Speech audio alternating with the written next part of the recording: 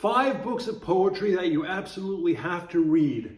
The first is Arthur Rimbaud's A Season in Hell. This actually builds on his first breakthrough volume, Illuminations, which is kind of like the poet as the whirling dervish inviting you into his hallucinatory world. But this is more introspective. It's darker. He goes into himself, struggles with his demons, talks about life in the city as a reflection of himself. It's absolutely stunning. It's a big influence on rock music like the Velvet Underground. The next one is my own book of poetry released 2 years ago called Tridents of Glass and Other Poems. It's all about searching for intimacy in an increasingly dystopian world.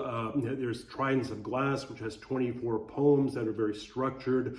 And then after that, there's other poems which are individual ones. And then there's my early poems from the 1980s. It's influenced by everyone from the beat poets, Bob Dylan, René Char, the French avant-garde poet, T.S. Eliot, Rilke, you name it. And speaking of Rilke, you absolutely have to read Duino Elegies. It's basically 10 elegies written very quickly, like just in a couple of weeks, but it's all about where does man fit in the universe between the angels who are just too perfect and don't understand us, and the animals that don't really reflect on themselves. We're born into this universe where we don't understand ourselves, our role in the universe.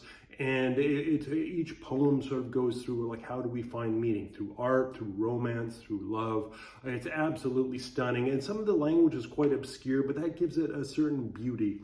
The next is Ferlinghetti's Coney Island of the Mind. This is a Portuguese language version given to me by my father. He was one of the original beat poets. It's playful, it's fun.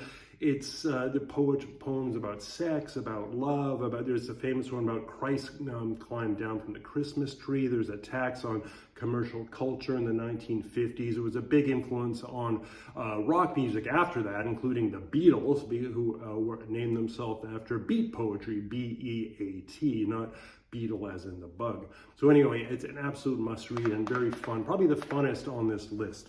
And finally, the most sensual book, again, actually introduced to me by my father, is St. John Perse, Alexis Leger, a Nobel Prize-winning French poet very few people know about.